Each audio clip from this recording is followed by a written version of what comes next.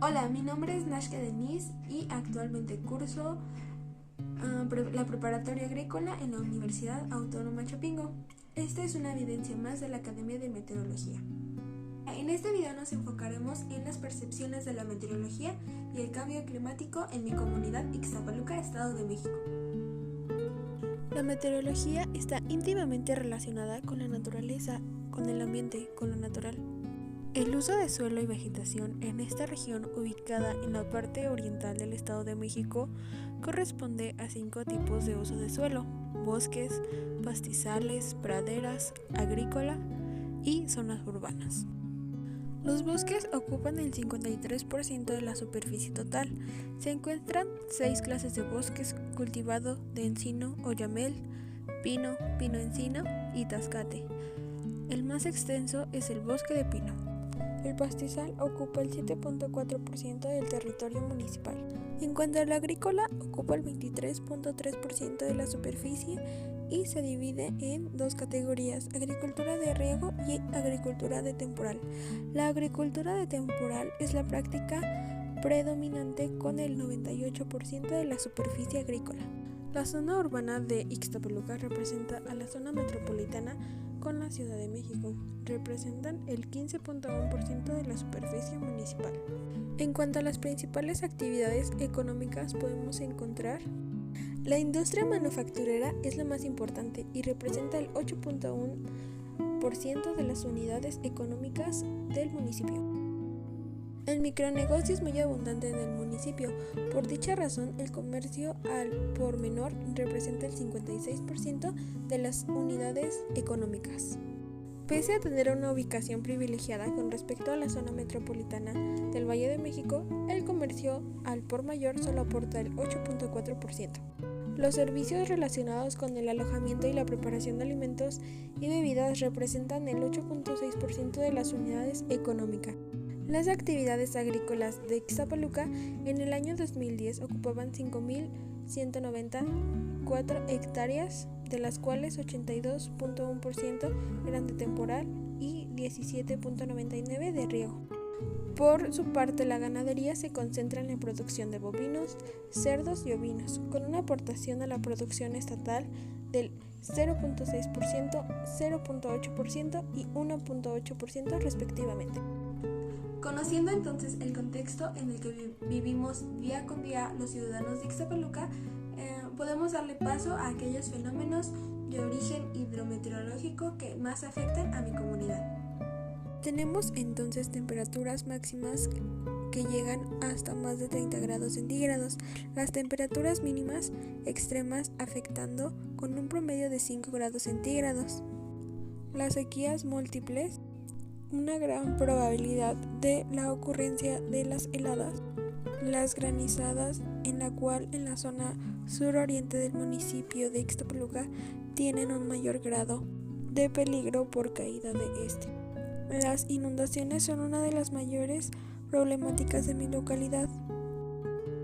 Englobando todos estos fenómenos, encontramos que desembocan problemáticas hacia la salud de las personas, hacia los animales y hacia los cultivos principalmente. También pueden afectar a la infraestructura de forma negativa, a las alcantarillas y a las vías de transporte, además de las áreas verdes. Ahora bien, para las causas del cambio climático me centraré en aquellas que en mi localidad son más comunes. Los incendios forestales, específicamente en el factor del tiempo atmosférico, es el factor más variable y de mayor influencia en el desarrollo de un incendio. Por lo tanto, es fundamental disponer de observaciones y efectuar pronósticos meteorológicos. Sus elementos son humedad, temperatura y viento. En el caso del municipio de Ixtapaluca está señalado como uno de los municipios con más incendios forestales registrados, principalmente por sus partes altas. Entre las causas de los incendios destacan la disposición de cigarros, cerillos o similares por pasajeros de vehículos que circulan por las carreteras que atraviesan las zonas boscosas y la quema de pastizales.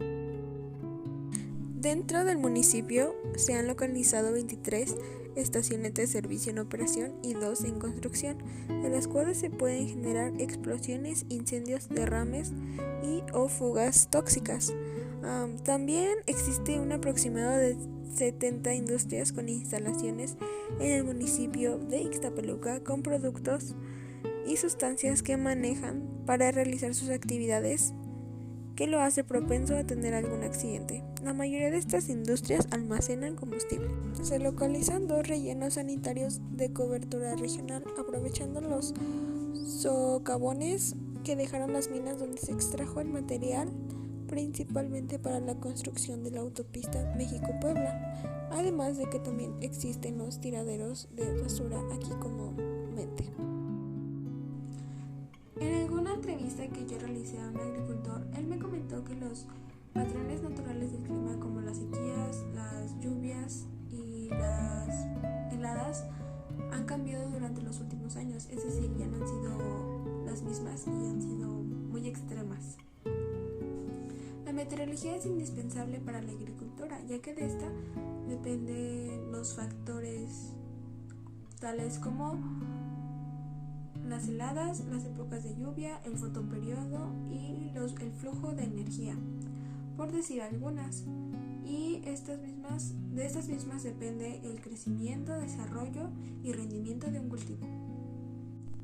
Considero que en mi comunidad la meteorología para la agricultura es de gran importancia, puesto que, como había dicho anteriormente, gran parte de la agricultura que se desarrolla aquí es de tipo temporal.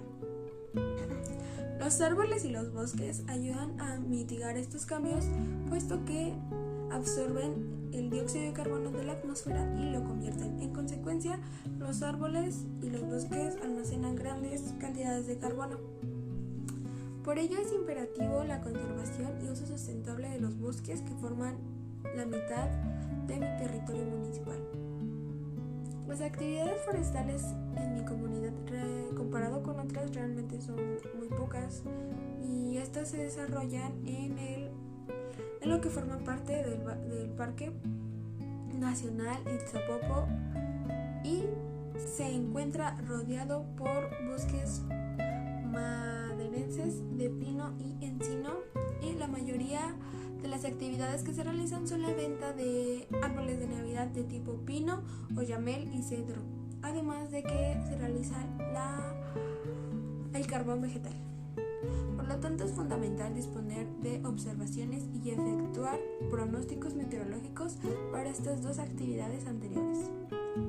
Podríamos partir entonces de estrategias como campaña de conciencia ambiental. En mi comunidad esto sería un factor importante, puesto que las comunidades en mi localidad que se dedican a este ámbito son aquellas en las que hay menor población y son las más alejadas del centro de mi comunidad. El empleo de huertos familiares también sería una buena estrategia. También englobando este tema, sabemos que aunque la compra de alimentos en los tianguis y los mercados es común, yo creo que sería una estrategia muy buena ya ser totalmente dependientes de estos, puesto que sería una de las estrategias más factibles y más fáciles que se podrían emplear en mi comunidad. Los calentadores solares y los postes de luz solares ya han empezado a ser constantes a lo largo de unos años para atrás en mi comunidad. Sin embargo, estos han sido solamente en las zonas en las que hay más población. Y una de las estrategias sería que se promoviera el uso de estos productos en más localidades, para que así se vea realmente un cambio en mi comunidad. Es importante el hecho de tener una cultura de reciclaje en materiales como el cartón, el vidrio, el papel, el metal, el plástico, entre otros, porque por ejemplo en mi comunidad sí existen lugares donde se dedican al reciclaje del papel, por ejemplo, y uno como persona puede ir y donarlo o venderlo. La reducción de transporte y emisión de gas también sería un factor importante, porque en mi comunidad existen aglomeraciones de los carros. El tráfico de carros es muy común y esto sería uno de los puntos clave para la reducción. En cuanto al tema de los incendios forestales, la reforestación en las zonas afectadas debería ser algo imprescindible para efectuar cuando esto suceda. La meteorología, más allá de lo ambiental, nos afecta día con día en nuestra vida cotidiana, ya sea en los ámbitos sociales, escolares, comerciales, por ejemplo. Y esta es una herramienta en la que podemos ver cómo es que se rige la tierra en la que vivimos. Muchas gracias.